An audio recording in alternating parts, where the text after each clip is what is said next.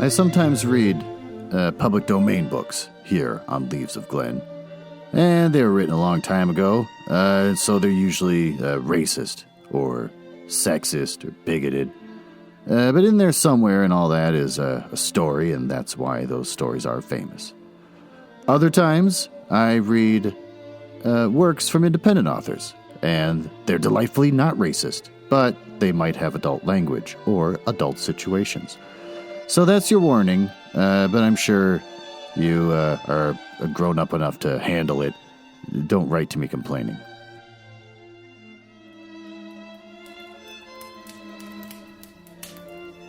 Hello, and welcome to the Leaves of Glen Mansion.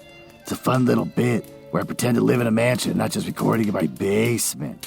This is where I read the hottest public domain books and short stories. Why am I talking like this? All secretive and mysterious and kind of sexy? Because for this week, we're going to read The Castle of Terror by Caroline Farr. The description of the book? I got nothing. It's a gothic romance book. I actually had to buy an actual paperback because you can't get it on the Kindle. Is this public domain? Probably not. It's from Australia, so I have no idea. And since Australia is very, very, very, very far away from Minneapolis, hopefully they'll never catch me, and they won't tell me to take this down. About the author, this book is published by Horowitz Productions in Australia, and they had a Gothic library from 1966 to 1977. Most of the titles for this series were written by Caroline Farr, a pseudonym for an Australian writer, Richard Wilkes Hunter. Richard Dix Wilkes Hunter. Though not the first, The Intruder was written by Lee Pattinson, and other writers were known to have used the Caroline Farr house name. I never knew it was called a house name. Carol Ruhin amongst them. In the 1970s, U.S. publisher Signet and the New American Library issued many Caroline Farr titles, some reprinted from the Horowitz originals. Others original, but still mainly authored by Wilkes Hunter. Other writers in the Horowitz Gothic Library series, apart from Farr, included Jane Gordon, Clara Coleman, Wilma Winthrop, and Fiona Murray. Fun facts? Well, it turns out there's nothing written about Richard Wilkes Hunter, so I had to make it up. So this week's fun facts, because I got to run out the time before the grandfather clock goes off, tell me to shut up, and I'm not going to shorten it. I have to talk and talk until I finally get to the stupid bells. There's no fun facts, so noted pervert Richard Dick Wilkes Hunter began his life on October 23rd, 1943 in Bottom Fancy, Australia. That's a real place. I looked it up. I was trying to find a name for an Australian town, and I found Bottom Fancy. And he was raised in a castle by his parents, Tristan Wilkes Hunter, and his beautiful, beautiful wife, Babette. Obsessed with his mother's hands, his father sent Dick to a Christian Brothers College in Rose Bay, where he learned that the boys' school activities were a lot of fun.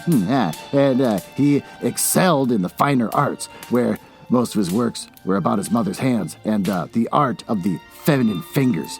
Shunned by the other students due to his never shutting up about his mother's hands, the boarding school captain sent him to an abandoned wing of the school where he was fed through a slot in the adjoining door by a single naked foot.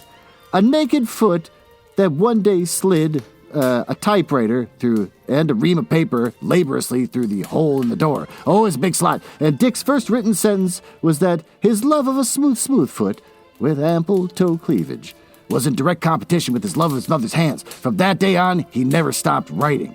The foot took Dick's work and made copies that's distributed around campus. Over time, the other boys learned to accept and respect his fetishes and petitioned the boarding school captain to let him back into the general population. From that day on, Dick continued writing, even saying at one point in an interview with Dick Cavett, if I stop writing, they're going to put me back in that room. Though I miss the foot, I will never go back to that room again. I didn't waste enough time. Damn it, I have nothing else to say. I spent my weekend moving girlfriend's crap into my house and just laying around being lazy. Really nothing else to talk about. Somebody said recently, I'd love to hear about your cats. Well, I'm not going to talk about the cats because it's none of your business, you freak. The cats, they're just cats, and leave them alone. There's a lot of them. There's 5 of them. 5. She had 3 and I already had 2. There's 5 cats in my house. And they're all seeming to get along pretty well, but my God, the feces are filling up in the kitty litter. The multiple kitty litter bins around the house, and they're filling it up, overflowing with caked urine, little turds. Well, with that, why don't we move on to the story?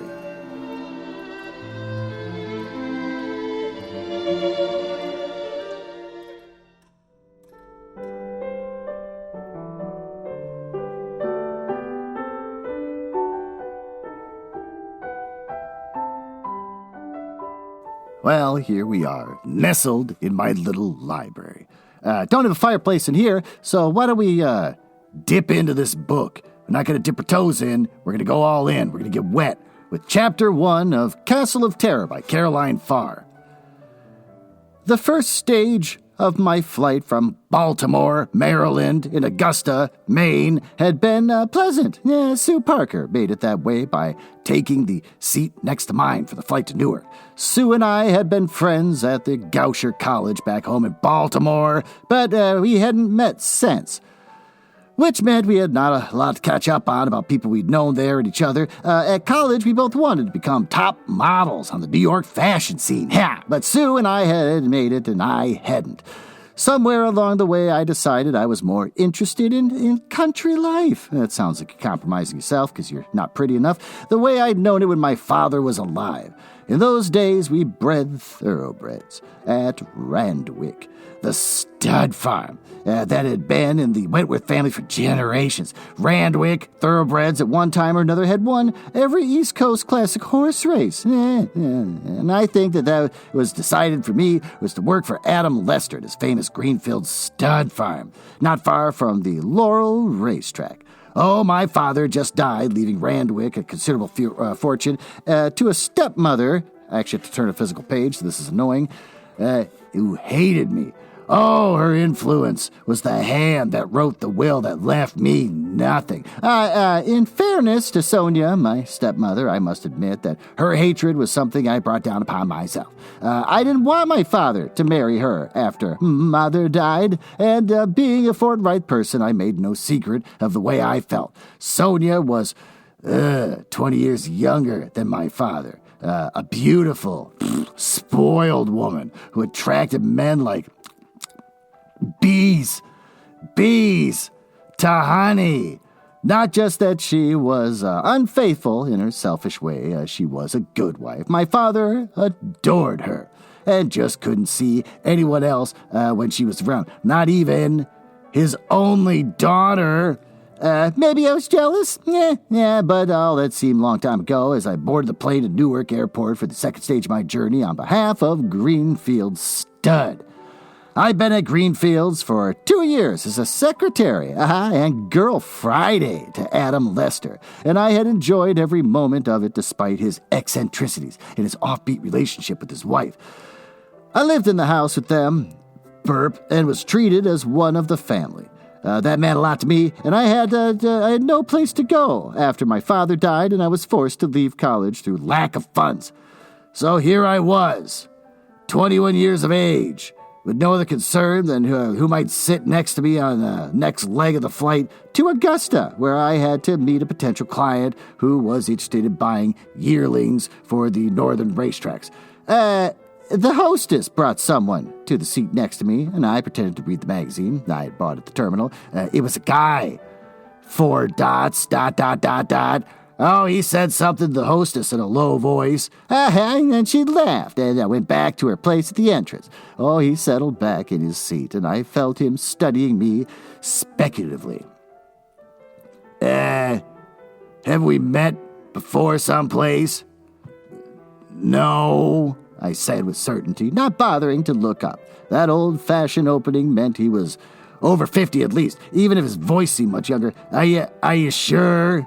You haven't even looked at me yet, he complained.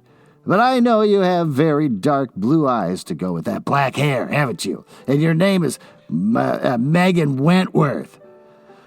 He had my name from the hostess, I decided, or the passenger list, which made him smarter than some. Yes, I admitted undisputedly, but so what, I thought.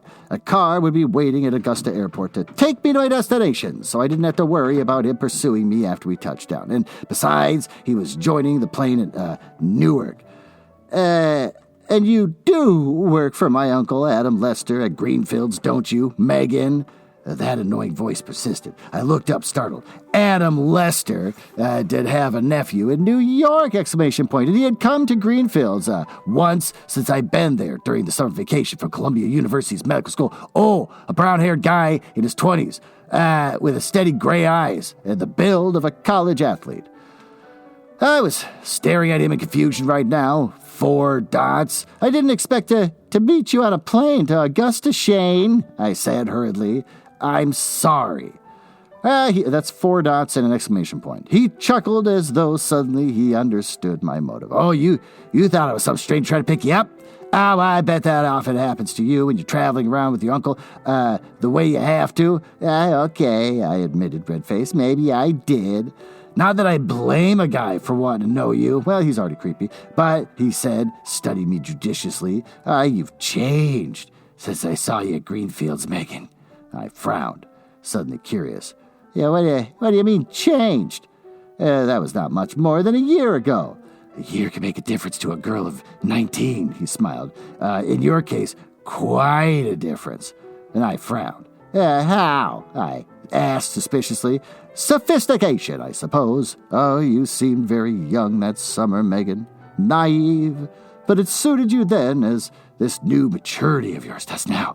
For instance, the Megan I last met couldn't have stood me off the way you just did.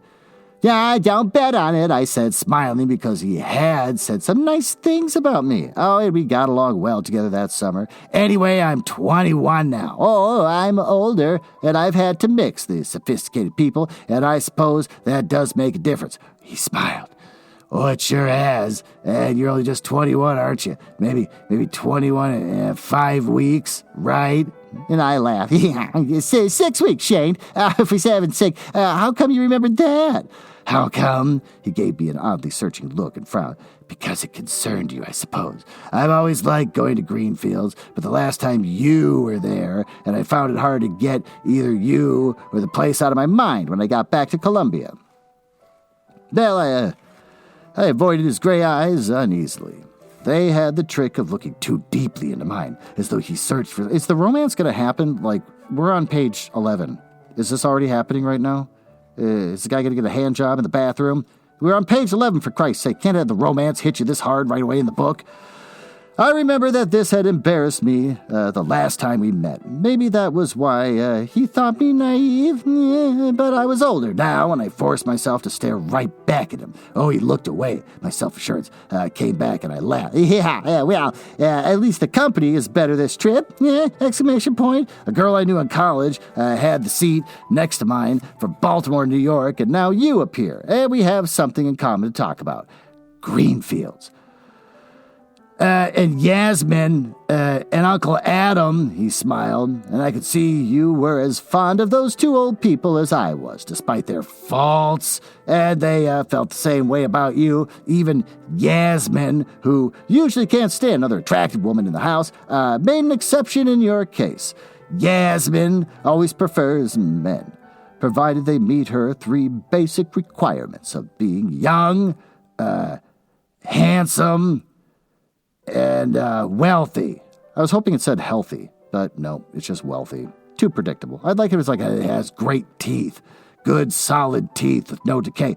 But you know that, of course. Oh, you're right about the way I feel about them, I admitted. I think your aunt is terrific. And your uncle, I added in the defense. I've never noticed anything odd about either of them. Oh, you don't think it's odd for Uncle Adam to collect the kind of antiques he does? All those medieval racks and the hangman scaffolds and thumbscrews? And other implements of torture? Don't tell me you don't know about them. I'm the guy who showed them to you for the first time, remember? Burp. But they're harmless miniatures. That's all, Shane, I protested. They can't hurt anyone. I lowered my voice. They're just rare collector's items from the Middle Ages, and you shouldn't talk about your aunt that way. She can't help being attractive to men, and I'm sure she'd never do anything, ... to hurt your uncle. Only 3 dots. To hurt your uncle. You make her sound immoral. Amoral would describe Yasmin, Megan, he said. If you haven't noticed, it's because you're grateful and you like her. So do I, but I can see her faults. She collects lovers the way Uncle Adam collects implements of torture, but with a greater enthusiasm. But Uncle Adam doesn't seem to mind, provided that they're racehorse owners who buy from Greenfields. That I can't understand. Most of these guys are playboys, but if I had a wife attractive as Yasmin or as you, he's really got to back off. I wouldn't let other guys like Oliver Grant or Jean Bethel get close, or any of the others who hung around Greenfields. I smiled, pleased, because he had compared me, with Yasmin Lester. He was only flattering me, of course. Yasmin was the most beautiful woman I'd ever seen. Oh, she had glorious dark red hair, slanty green eyes, like a goat, and she was really built. That's a weird thing to say. Horse breeders must have a thing about marrying beautiful women younger than themselves. My father had done that twice, first with my mother, and then with Sonia. Adam Lester, too, had married a woman 20 years younger than himself when he married Yasmin. Oh, Mr. Grant and Mr. Bethel are 2 of the Greenfield's best client owners, I reminded him indignantly. Oliver Grant bought a Crichton Silver Beauty filly just last spring for $150,000. Jean Bethel will spend as much with us at the next spring sales. Which is what I told you, Megan, he explained quietly. Uncle Adam doesn't mind Yasmin flirting with either of those guys, no doubt because they're among his best clients. Did you know it was Yasmin who introduced them both to him in the first place? No, that doesn't mean anything. 3 dots. Immoral, I think you called it. Does it?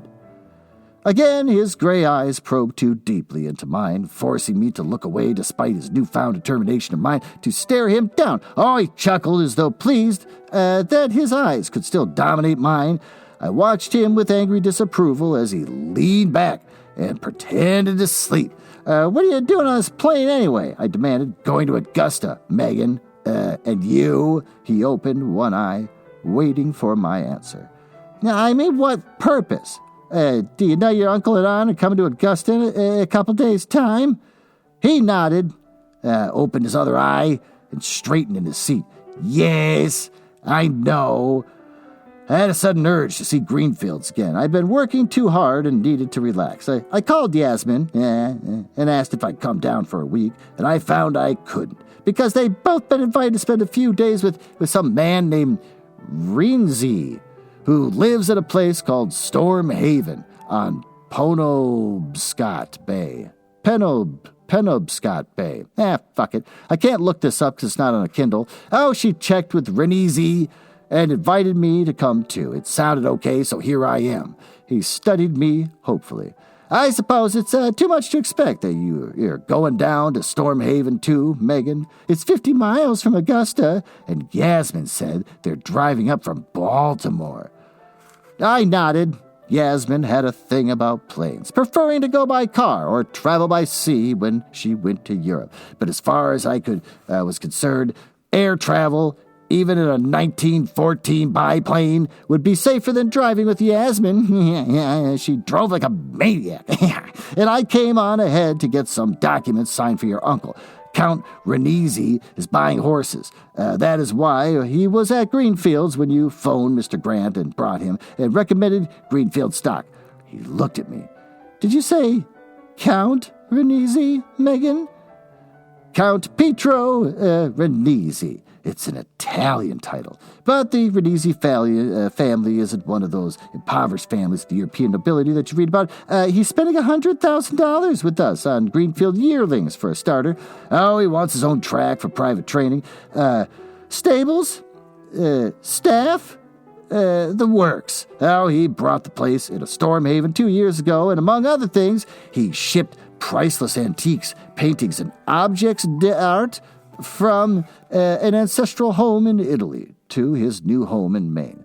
Apparently, he found the Stormhaven house by accident while visiting friends in Augusta, and it resembles his home in Italy so closely, on a smaller scale, that he bought it at once, just like that. Later, he decided to come here to live. Among other things, he was a famous racing car driver in Europe. Oh, he was studying me covertly, then said slowly, Yeah, you sound impressed, Megan. A romantic Latin type, and all those worldly assets with it. You like Count Renisi? I haven't thought much about him except at Greenfield's class. Why? Well, that's you, he smiled, but I'll bet Yasmin has. Yeah, and I can only remember one titled man in her life, an English lord. Oh, she was to be interested in an Italian count. Personally, I had thought Count Renisi a creep. But I wasn't going to tell him that. There seemed something stealthy and frightening about the man. He gave me goose pimples when he looked at me. You're so wrong, Shane, I said, pleased that for once I could defend Yasmin against him with confidence. She can't stand the guy. He's old and ugly then? He sounded surprised. Just the opposite. He's in his 30s. Very handsome, I thought. Well, I'll be damned, he said. And she's going to stay at the Renisi house? Yasmin can be devious.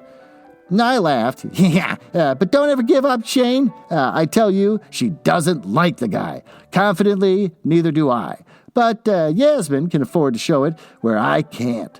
And she did when he was at the farm. I don't think she would have come to Stormhaven at all, except that Oliver Grant and Jean Bethel were going to be there too. Oh, they know Count Renisi well, and Count Renisi wants all the help and advice they can give him on racing in this country. Your uncle pressured Yasmin into coming along. Count Renisi could be big business. The yearlings are just a start. He frowned. What does Renisi think of Yasmin? Does he like her? This guy's really obsessed with Yasmin. It's hard to say with a man like that, except that he thinks she's lovely, of course. Oh, his eyes followed her every movement. But then he's into her. I added, but that's just the way she affects men. You know that, Shane. Oh, he nodded. You coming to Stormhaven, Meg? I don't know. Until your uncle arrives, Shane. He may want other work done back at Greenfield. Staying at Stormhaven with an Italian count and his millionaire guest isn't exactly what he pays me for. He chuckled. Yeah, maybe I should tell Uncle Adam he's going to spoil my holiday if he sends you away. Do you still remember how I persuaded him to give you a day off to go to the fair with me when you should have been working? I giggled, yeah, remembering it was the only date that we had that summer, but we both had a ball. I sobered. Don't you dare, Shane Lester, I said. Your uncle might think I put you up to it. Oh, he knows me too well for that, he chuckled, helping me with my seatbelt. I leaned back contentedly and felt good having him beside me. I mean, he was being attentive, and we had things we shared too. He was quite handsome, I decided, sneaking in a glance, and I liked his smile. I hadn't realized how much I needed someone like him. I began to hope secretly that Adam Lester did want me to go to Count Renisi's mansion on Penobscot Bay. Scott, whatever. When we were on the airborne, though, I turned our conversation into safer channels. When we leveled out, I could see the shape of a lovely white cloud floor below the aircraft. You mentioned your uncle's miniature antique collection. In a way, that was responsible for Count Renisi's invitation. Did Yasmin tell you that? You know she is, he smiled. She didn't even mention my host was an Italian count, just that his name was Renisi. What did Uncle Adam, macabre toys, have to do with it? Oh, everything. Oh, your uncle showed his collection to the count, and would you believe it? The count has one of his own that he brought from Italy to Penobscot Bay. Only his are life-size. You mean they're for real? So Count Renisi says. I shuddered, involuntarily remembering. It is positively weird, the way he talked about them. You'd think they'd really torn people apart. What's weird about that, Megan? He grinned. They probably have. If he brought them from the ancestral home in Italy, and the Renisi family goes back to the Middle Ages, torture, was fashionable about then. Yeah. Well, you shouldn't joke about things like that, Shane, I protested. Does he have a guillotine with a real blade? I've always wanted to work one of those. Why? He laughed at my expression. Okay, Megan. But is this why you don't want to stay with the Count? After all, I would be around to protect you. I told you it isn't my decision. There's plenty for a secretary to do at Greenfields. Correspondence to be read and answered. Accounts paid. Fodder ordered. And when your uncle's away, I do these things and act as his liaison. Turn a page. Mother of God. Wish I had my Kindle. With the foreman and the staff, your uncle and I keep in touch by phone. Having found you again, Megan, he said quietly, I don't want to lose you. I hope you come to Stormhaven. It'll be much more pleasant there, if you can, from my point of view, and from mine, I decided, studying his handsome face and profile. Oh, but that was up to Adam Lester. There seemed an awkwardness growing between us because of what he had said. We talked of other things, and all too soon it seemed to me our plane was landing at Augusta Airport. The bright sunshine that we had been flying through at altitude on our flight was gone. I was cold. An overcast day in Augusta. The roads were still wet with rain, and the pedestrians carried damp gross, and umbrellas, and I shivered and turned up the collar of my raincoat as I hurried from the plane to the terminal with Shane Lester's hand on my arm. The hotel had sent a cab to meet me as I instructed, and I made the reservation. While the driver collected my bags, the intercom began to call Shane Lester, and someone behind me said politely, It is Miss Wentworth, isn't it? Count Pietro Renisi was smiling at me with a darkly handsome man of medium height with piercing brown eyes, so dark that they seemed almost black. He wore Harris tweeds. Very good. And a cravat. And even his teeth gleamed white as he smiled. Oh, he could be very charming, and I discovered that at Greenfields, where he had spent a week studying the yearlings Adam Lester, and the staff had to show him. I heard Judd Smith, the foreman, say admiringly to Mr. Lester that the new client had picked the eyes out of the season's yearling crop, and Judd was right. Count Pietro Renisi knew horses. And I returned his smile. Good afternoon, Count Renisi. There's nothing wrong with your memory. I hope there's been no change in the arrangements. Not on my part, Miss Wentworth, he smiled. As for my memory, I never forget a horse or a lovely girl. And I'm probably more eager to buy Greenfield thoroughbreds than Adam Lester is to sell them. You'll find everything going smoothly when you call at my attorney's office tomorrow, and you will be brought the papers, registration, pedigree, and bill of sale? Question mark? I smiled. Of course, Count Renisi. He chuckled. Yeah, and I discovered what an efficient secretary Adam has during my stay at Greenfields. Adam Lester is lucky, Miss Wentworth. I laughed. Was that why you called me just now, Count Renisi, to flatter me? Oh, I don't suppose it would do any good asking, turn the page, you to come and work for me, if you ever become tired of working for Adam Lester. I'm very happy where I am. Too bad! Exclamation point. If you ever change mind, let me know, and it will be to your advantage. And I promise you, and there was something else. And I invited Adam's nephew to join our house party. But I haven't met him, so I'm here to drive him back to Stormhaven. But he isn't answering the call, and I don't know him by sight. His name is, Shane Lester. I laughed. Yeah, that's Shane coming now, the tall young man with the 2 bags. And a face like a thundercloud? What does that mean? He laughed unexpectedly. He's glaring at me like a jealous husband. And that, I decided as I studied Shane's face, was exactly right. Shane, this Count Renisi, I explained hurriedly as he approached. He's driving you down to Stormhaven. I watched Shane's expression change, but it was still suspicious as his intelligent gray eyes examined the other man, and I wondered if it was Yasmin he was thinking of now. I can already tell Yasmin's going to be a major player in this story at some point. Shane said slowly, Oh, that's kind of you, Count Renisi. As your invitation to me was kind, but Yasmin, my aunt, expects me to drive down with her and my uncle when they arrive from Baltimore in a day or two. I'd feel I was imposing on you. Renisi held out his hand, smiling. I've been looking forward to meeting you, Shane, and it's no imposition, I assure you. I have few friends on this side of the Atlantic, and a man like me needs friends. Miss Wentworth will tell them what happened when they get here. They won't mind, and I'm sure that you will find time will pass pleasantly at Stormhaven. Shane had frowned and looked at me inquiringly. You not got a Stormhaven, Megan? He asked in a disappointed voice. I told you, Shane. I won't know until Mr. Lester reaches here. It should have been difficult not to notice the disappointment in Shane Lester's voice. Count Renisi glanced at me. Oh, I shall be most disappointed if you don't, Miss Wentworth! ! When the Lesters accepted my invitation, I naturally assumed the acceptance included you. He looked at Shane disarmingly. You see, Shane, I need all the help and advice I can get from the few American friends I have if I am to be a successful racehorse owner. In this country, breeding, training, the rules of racing, almost everything is different in this country, and even the smallest mistake can be costly to a newcomer. That's why I want Miss Wentworth to be one of the guests of my house party. Miss Wentworth, the failed fashionista. Miss Wentworth is an expert on breeding and racing horses in her own right. Yeah, because she's not pretty enough to do anything else. Did you know that? Shane frowned. I remember Uncle Adam saying something about that.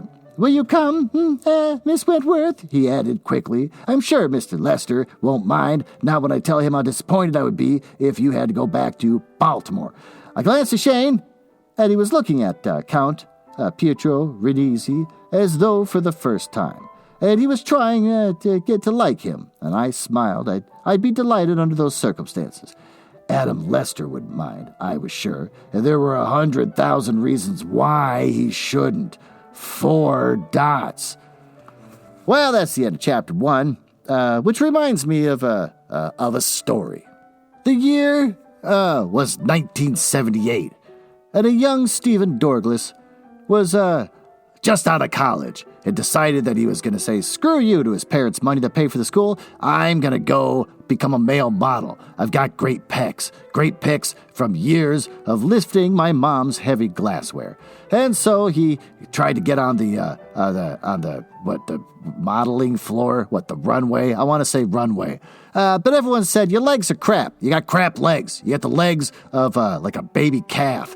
Sure, your upper body's fantastic, but the rest of you is crap. So after that, he decided to just get into the glass business, since his mom had dedicated most of his life to building up his upper body and not working out those calves, those legs.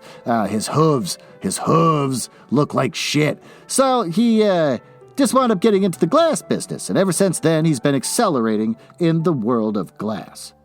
Which you can find out for yourself at Doorglass Incorporated. That's DORGLASS.com. All they're dedicated to fabricating and professionally installing the highest quality glass products from the nation's top manufacturers. Their inventory, combined with their years of experience, make them the premier source for installation and repair. Oh, they approach every project with the same goals: professionalism, integrity, and they're discreet. What do? Commercial storefronts, automatic entrances, windows, patio doors, mirrors, shower doors, installation, repair, and they design and build any goddamn thing you want. But more importantly, they're discreet when you're having them install a new sliding glass door on your patio, and you break down and tell them about your own personal dreams and how your dreams never came true and how you had to settle with a quiet compromise for the rest of your life with a family that doesn't respect you, and you're in the office where no one likes your jokes, and he'll be discreet. He'll listen, he'll nod knowingly, and maybe put one of his huge glass-working hands on your shoulder and say to you, it's gonna be fine. Not everyone is meant to be a male model. And you'd probably go, what?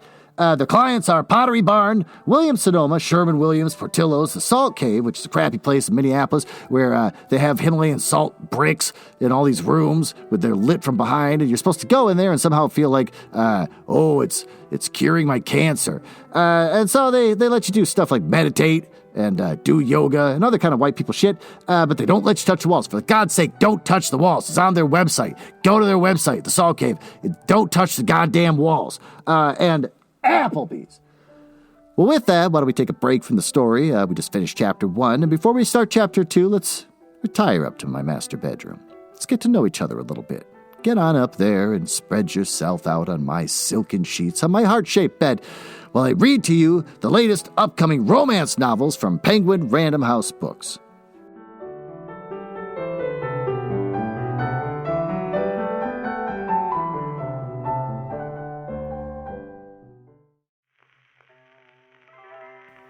Okay, I'm coming. I just had to put on another sweater because it's the end of March and it's still frickin' 8 degrees. Oh, what the hell are you wearing?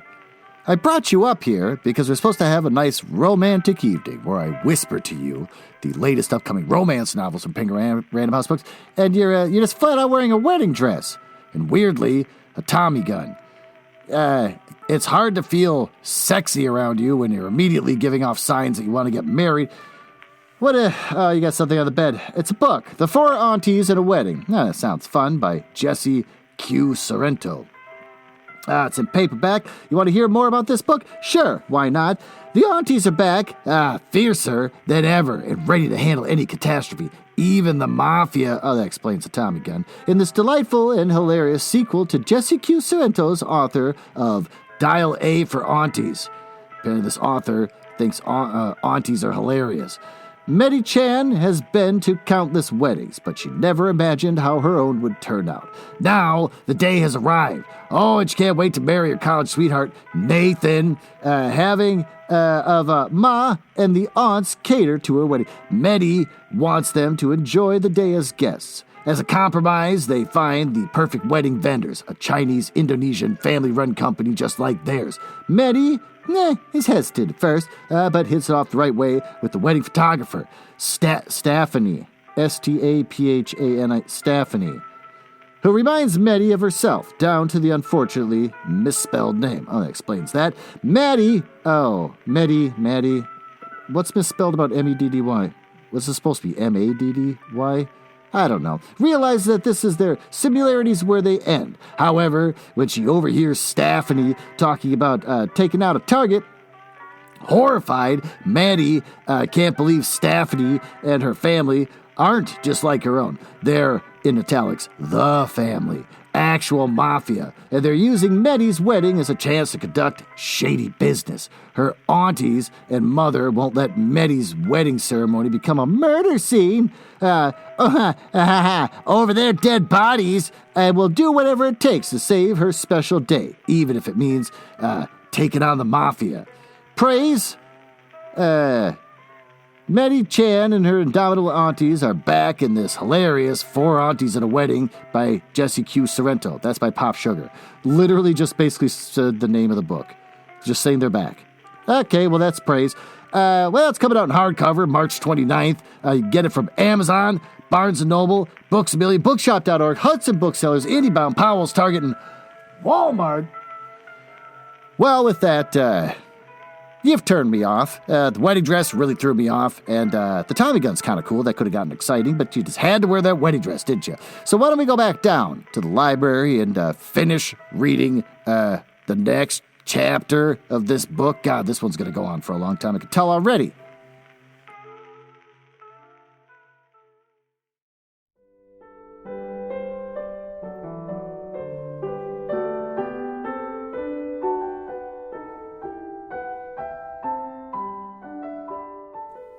Well, here you come, y'all. Settled in, where we read Chapter 2.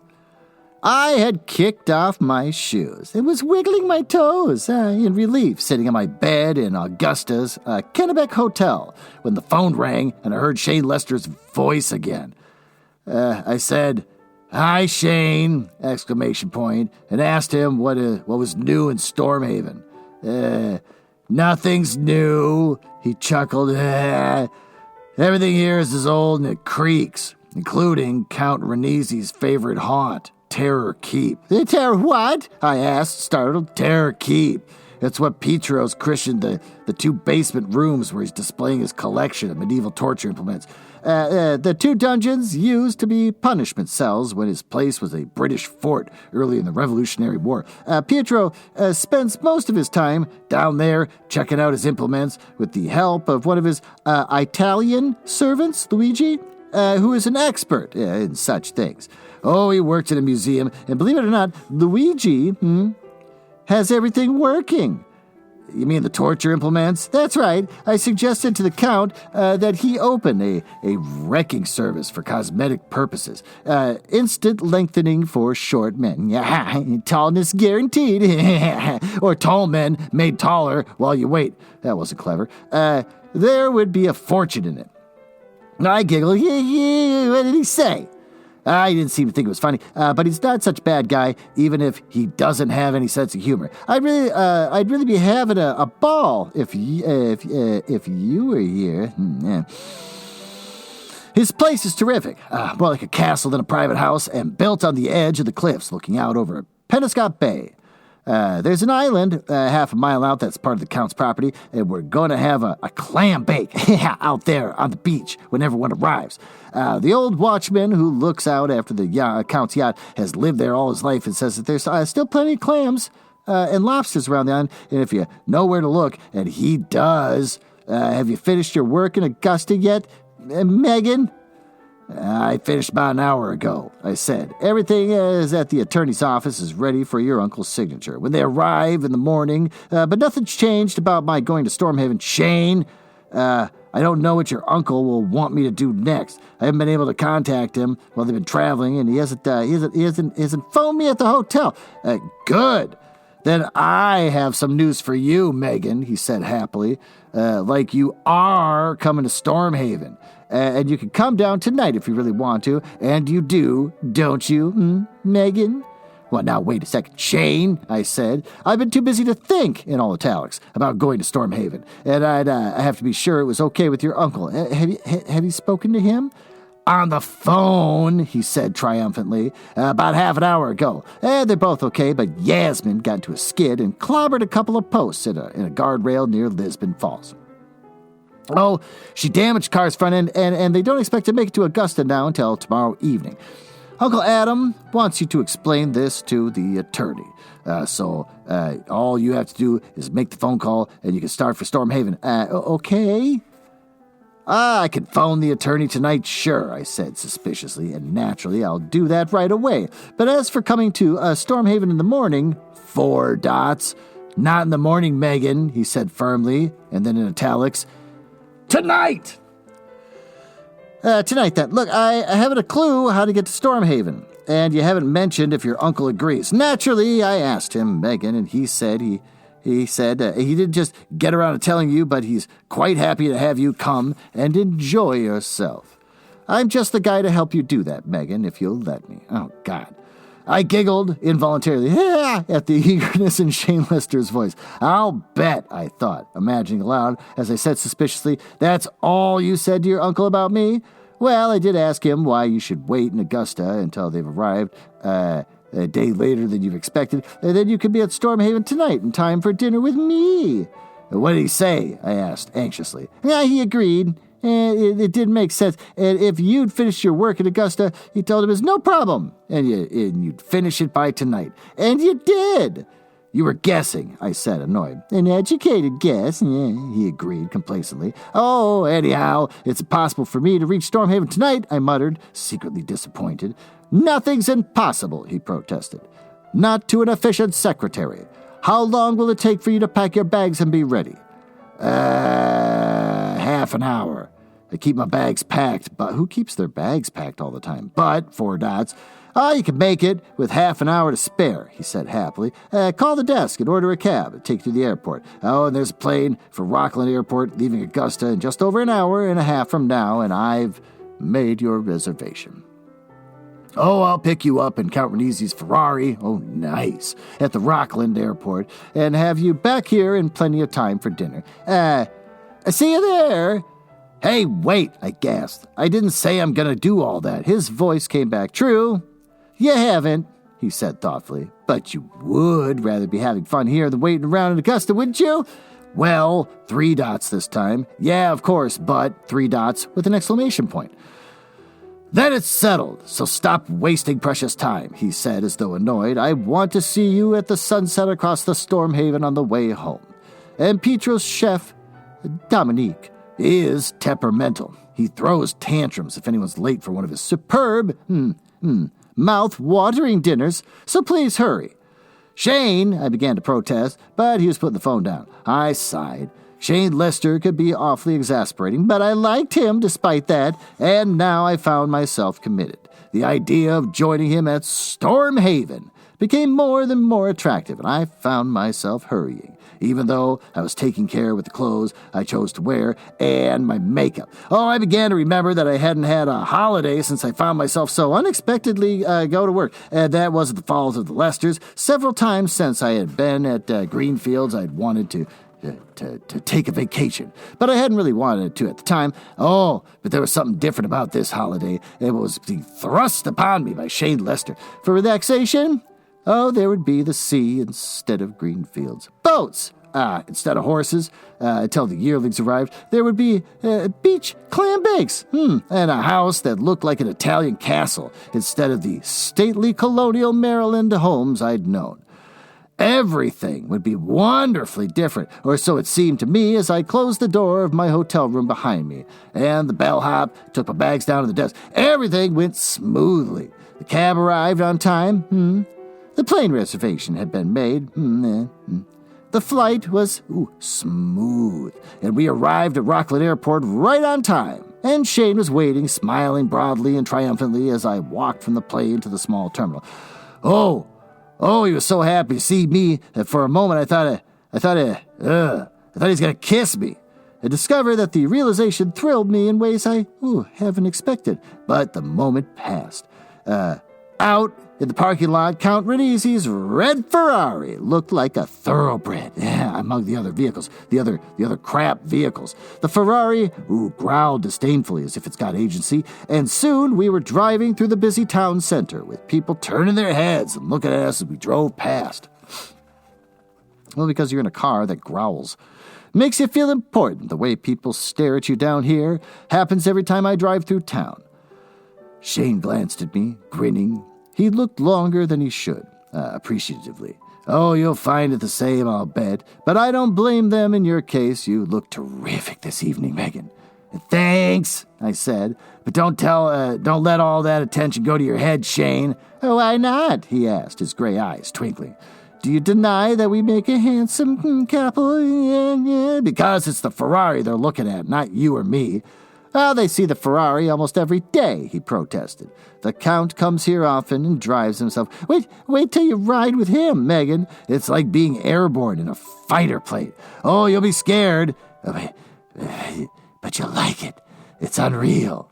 I laughed. Yeah, have you driven with your aunt lately? After that, nothing would scare me. Well, maybe you won't be scared. It's different from driving with Yasmin, though the Count's racing experience helps. Really? I heard Count Renisi telling Yasmin about race cars at the Greenfields, and he had worked very hard at impressing Yasmin, but she seemed barely polite to him. I mean, in comparison to the way she acted around some of the other owners, like Oliver Grant and Jean Bethel, I added. But do you think I'd be invited to ride with him in this? And I'll bet even more people would stare at a real live Count at the wheel. He glanced at me as though something had just occurred to him. Something unpleasant. I hadn't meant it that way, but he had taken me seriously. On second thought, you would keep from this car when Pietro's driving. Megan, the guy's a Casanova, and I mean that. I wouldn't trust him around a girl as attractive as you. I should have been annoyed with him, but unexpectedly, I wasn't. Nah, I can't imagine his being interested in me, I murmured. I told you, he doesn't appeal to me. You and Yasmin don't like him either. But you watch Yasmin change when she gets to Stormhaven. The guy's an expert. There are a lot of Italian families in Stormhaven. It's really a fishing village, and there are some pretty girls there. You should hear the bawdy stories they tell about Count Pedro in the village. And some of these fishermen are tough. If any other outsider moved in and did the things Count Pedro is It's reputed to have done. Oh, they'd feed him to the sharks on the bay one dark night. But not Count Pietro Renisi. They just laugh and shrug as he's been some kind of divine right over village women. I laughed. Yeah, I thought you liked the guy. You said you were having a ball at Stormhaven. He frowned. I do, and I am, Megan, but, 4 dots. But what? I probed, curious. If he hurt someone I liked, someone like you, I think I'd want to kill the guy, he muttered. I wouldn't be able to restrain myself. I just realized that when you talked about riding with him in this red love-in limousine, as some of them call it down the village. That's what they call it, the red love-in limousine. That's the best they could come up with. You have an entire village, and that's the most clever thing. Right. He said it was so savagely he frightened me, and not used to jealous men saying things like that, violent things. I changed the subject hurriedly. No, nothing like that'll have it. So let's not talk about. Didn't you say something about a colossal sunset? Tell me about it, Shane.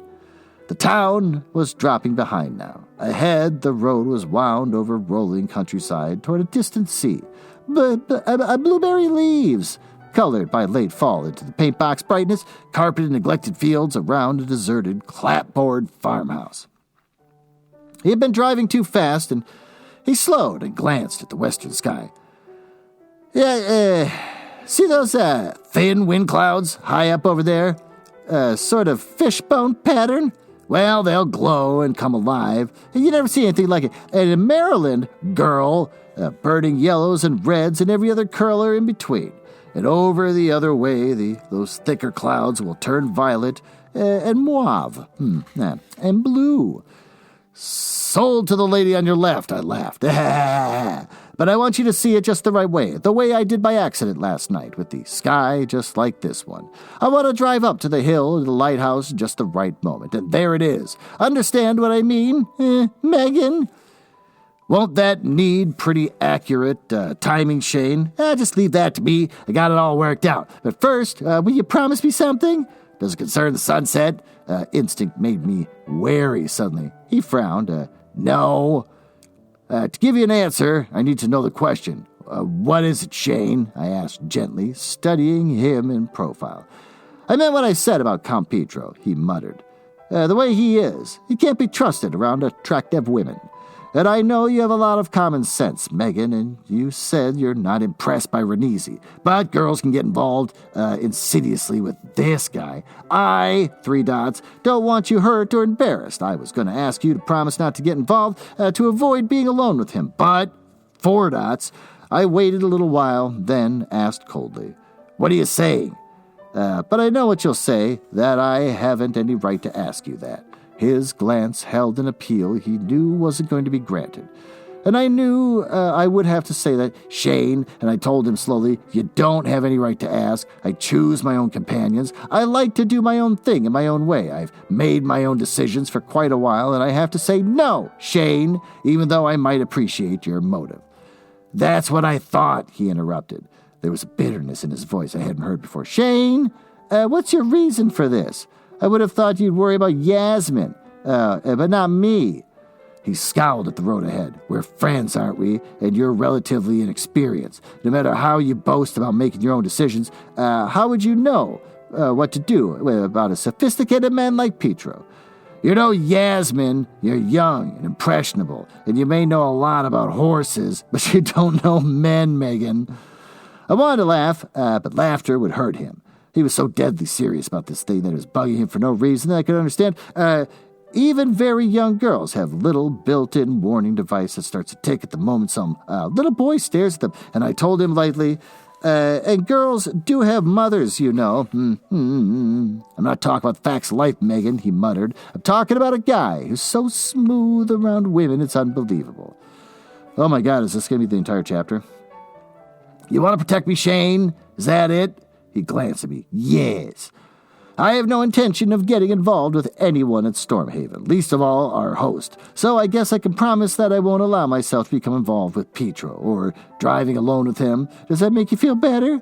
He glanced at me, startled. The big sports car swerved, and then straightened again on the empty secondary road. I believe you mean that, he said quickly. I always mean anything I promise, Shane, I told him stiffly, like I always keep any promise I make. No, I'm sorry. You would, of course. What made you change your mind and promise? You did, I admitted. I reached out impulsively and touched the back of his hand on the wheel. In an odd sort of way, you're a darling, Shane. And I happen to like you. 4 dots. He showed signs of stopping the car, so I added hastily, as a friend, of course. Oh, he laughed with a pleased sound, and the Ferrari picked up speed again and glanced at his watch. And your darling, you did promise you a sunset from the Wolf Point Lighthouse, didn't he? So we're going to have to hurry. When we cross the bridge ahead, you'll see Stormhaven and Penobscot Bay, and the village is at the head of Stormhaven and Inlet. Wolf Point and the lighthouse are across Stormhaven and on the peninsula that juts north into the bay for 5 miles. Petro owns it as far as the lighthouse, and the fort-cum mansion he bought is at a spur that runs east from the Wolf Point Peninsula. Got it? None of this is interesting. His smile was so contagious that I giggled. Yeah, but I liked him better this way, so I sighed contentedly and leaned back, enjoying the passing scene as he concentrated on his driving. We soared over a rise, and he said triumphantly, Stormhaven Village. It was a picture book, New England coastal village of white-painted clipboard cottages, a small white church with a social center next door, held up a tall steeple and crossed to the windswept sky. People stared at us as Shane drove through the village, in his giant red love limo, what are they calling it? And some waved. Shops lined the small main street. I glimpsed larger buildings on a small cannery near where fishing boats were moored and wharves in calm tidal water at the end of a long, narrow inlet. We crossed the bridge, turned north, and there was water on both sides of the road, seen distantly now, with Stormhaven Inlet on our left and wide waters of the Penobscot Bay coming closer on our right. I noticed the huge building on a spur of the peninsula thrusting out into the bay, then thrusting, and gasped in disbelief. I don't believe it. He chuckled.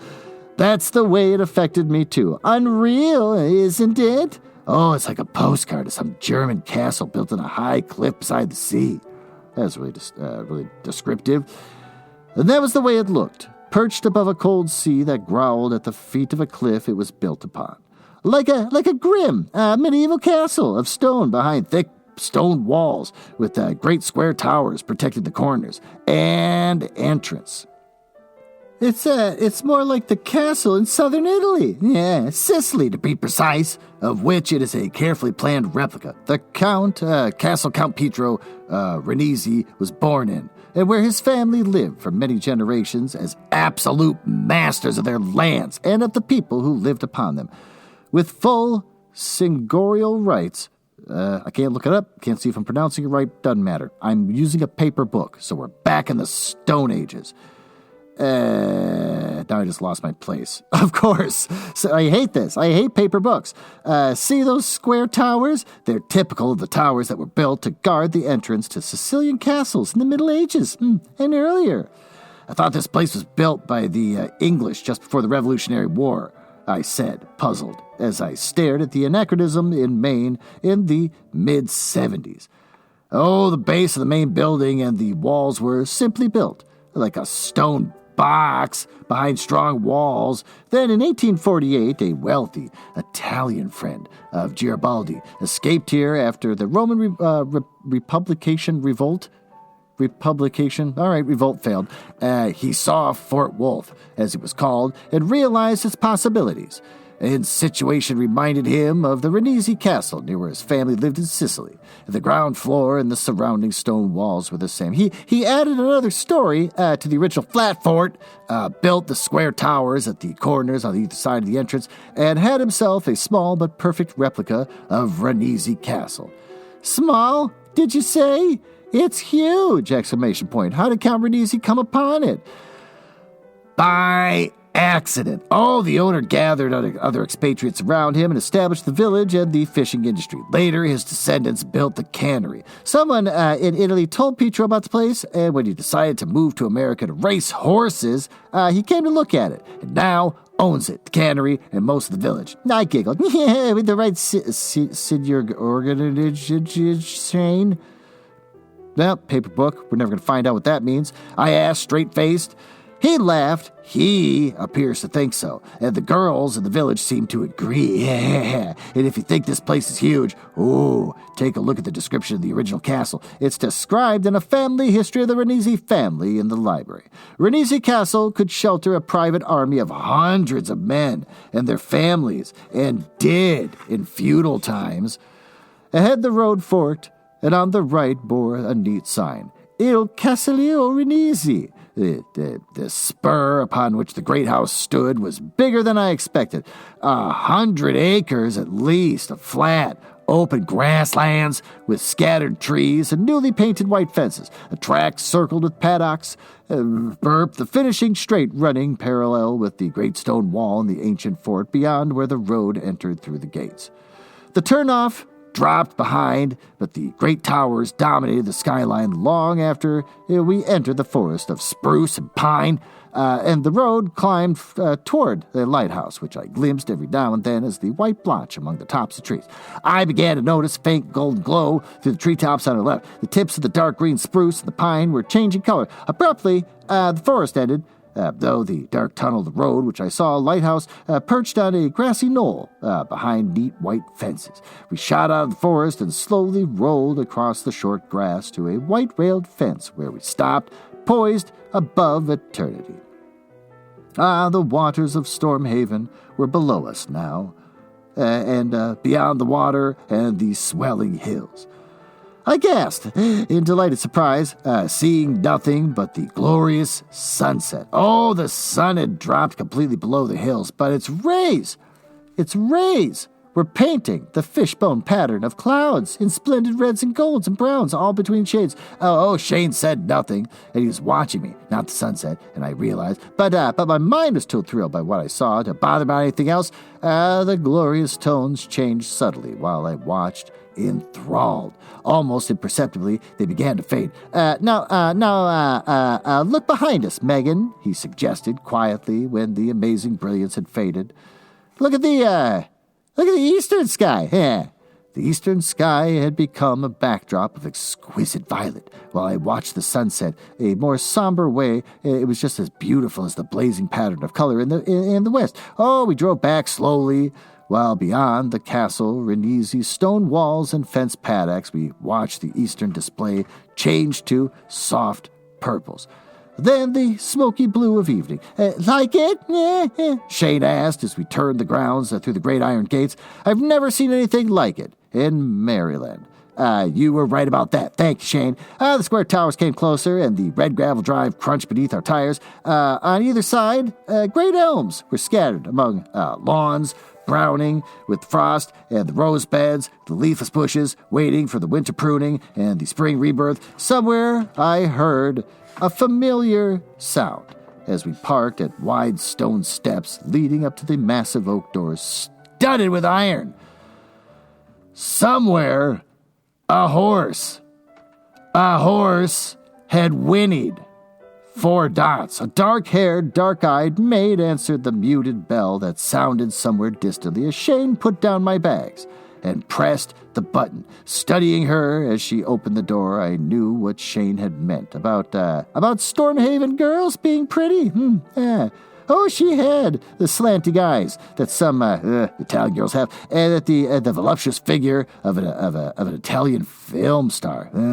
The way she smiled at Shane pricked my jealousy unexpectedly. Shane was saying, "This is Carla, Megan. She'll show you to your room, and someone else will bring up your luggage, and I will see you in the living room when you come down for a drink before dinner. We just about have time, but Carla will tell you about that. Is the Count in the house, Carla?" He went out to the island in the workboat with Niccolo, Mr. Lester. He said he'll see you both in the living room half an hour before dinner. Okay? She smiled at me. This way, Miss Wentworth. Well, I followed her down the wide passage to a stairway and up to the next door. My room was huge and faced the sea. Between drawn-back drapes, I could see the eastern sky fading from smoky blue to black above a sullen sea that rose and fell in slow, dark swirls. I expected cold and wind and tumultuous seas here in Maine, but this could have been any winter's day in Maryland. Somewhere in the distance, the horse neighed again, and I smiled, still hypnotized by the glorious sunset. I was going to have a wonderful few days vacation. Well, with that, why don't we return down to the smoking room where we can go over what the hell we just read.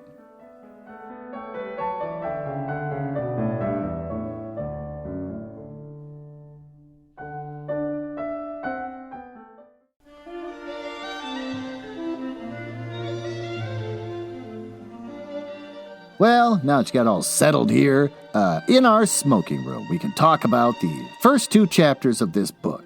Well, what happened? First, a woman... Oh, Christ, I forgot about the birds. A woman is on a plane, and her failed modeling career has led her back to horse mating, stud farms. It's all she's good at. So she's on this plane. She's going to go back to that lifestyle, and she's been doing it for a while. One of her friends, who I guess is a successful model, was sitting next to her for a while. But then Shane, a man she knew basically at summer camp, the last time she was at the horse camp thing. Boy, he liked her, but she was so naive and young and had big old knobby knees. But now she's like 20-something. And so then he is he into her, can't get his eyes off her, and can't stop just being generally a creep.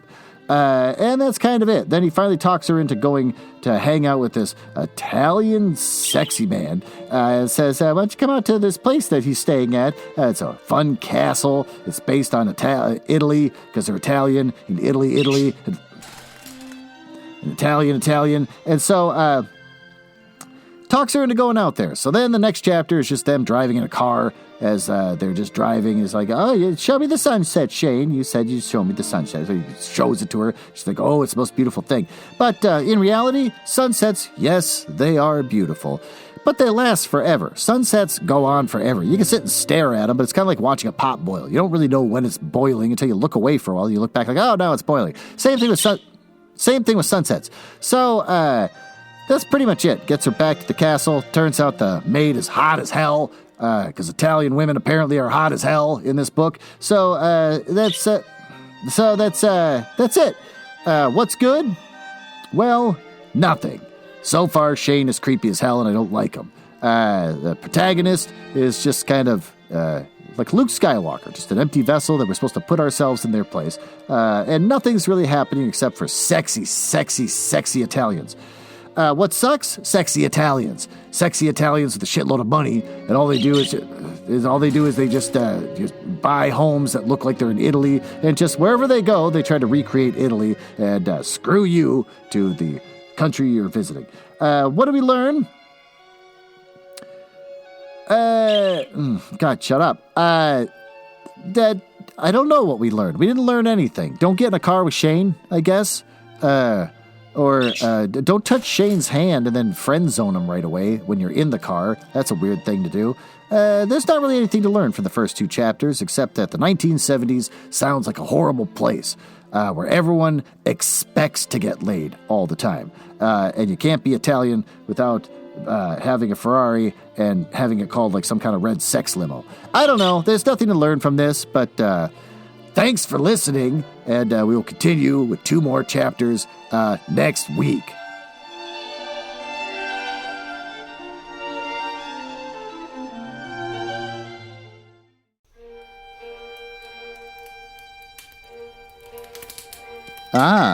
Well, it appears you found me in the part of the podcast I hate the most, where I tell you all about the places on the internet where you can find me.